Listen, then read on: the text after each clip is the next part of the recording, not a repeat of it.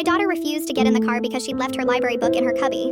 I was furious. That book is the reason we're both alive. She was 6, and it had been a brutal year. Her father and I had separated in the spring, and she'd gone from a kid who talked nonstop to a kid who watched the door. She'd started chewing her sleeves. Her teacher told me she'd been asking every afternoon whether I'd be the one picking her up or whether I'd forget. So when I got to aftercare that Thursday at 5, already late, already carrying a full day of work, and a voicemail from my lawyer I hadn't listened to, and she planted her feet and said she couldn't leave without her library book, I nearly lost it. We'll get it tomorrow. Get in the car. It's due tomorrow. I'll get in trouble. I opened my mouth to tell her that nobody gets in trouble at 6 for a library book. Then I looked at her face, that tight, braced look she'd been wearing since March, like she was always about to be told something bad, and something in me just gave out. None of this was hers. She hadn't chosen any of it. Okay, I said, let's go find it. Her whole body loosened. We walked back into the building, and of course the book wasn't in her cubby. It was in the reading corner, and then the aftercare teacher wanted to show me the paper turkey she'd made, and then my daughter wanted to show me the classroom hamster, and I let all of it happen. I sat in a chair built for a first grader and listened to her explain the hamster's entire personality. We didn't leave until almost 6. On the way out, she asked if we could get the drive-through milkshake we used to get on Fridays before everything changed, and I said yes to that too. We sat in the parking lot with the windows down while she told me about a girl in her class who could whistle. She laughed twice. I hadn't heard her laugh in weeks. We took the long way home because she liked the road with the horses. I saw the lights before I saw anything else. 2 fire engines and a police car angled across our street, and this thick brown smoke sitting over the roof lines like weather. I remember thinking, absurdly, someone's going to be so upset. Then I saw it was our duplex. Ours. Flames coming out of the kitchen side, the front window gone, the porch we'd painted together in April just black. A firefighter came to my window and asked if I lived there. I couldn't make words. I pointed at the number on the curb. He asked if anyone else was home. I said no. I said it's just us. It's just me and her. My daughter started screaming in the back seat because she saw her window. I got her out of the car and turned her face into my shoulder and stood in the street holding her while our house came apart. A neighbor kept us until 9, then a motel. I bathed her in an unfamiliar tub and put her to bed in a t-shirt of mine, and she fell asleep still holding that library book, the one thing she'd carried out of aftercare and never put down. I sat on the edge of the other bed and could not make my mind move. Every photograph, her baby blanket, my mother's ring. Around 10 there was a knock. I stepped into the hall so she wouldn't wake. It was a detective. He asked how I was doing and I told him I had no idea how to answer that. Then he said he needed to tell me something about the fire, and I braced for space heater or wiring or something I'd done. He said the fire had been set, that there was accelerant along the back wall and the rear door, that a neighbor's camera had caught a vehicle parked at the end of the block for nearly 90 minutes beforehand. Then he asked me to sit down on the little bench in the hallway, and he told me they'd taken my ex-husband into custody that evening. I heard myself say he wouldn't. He said the man had already talked, that he knew our schedule, that he knew we came through that door between 5:15 and 5:30 every single weekday,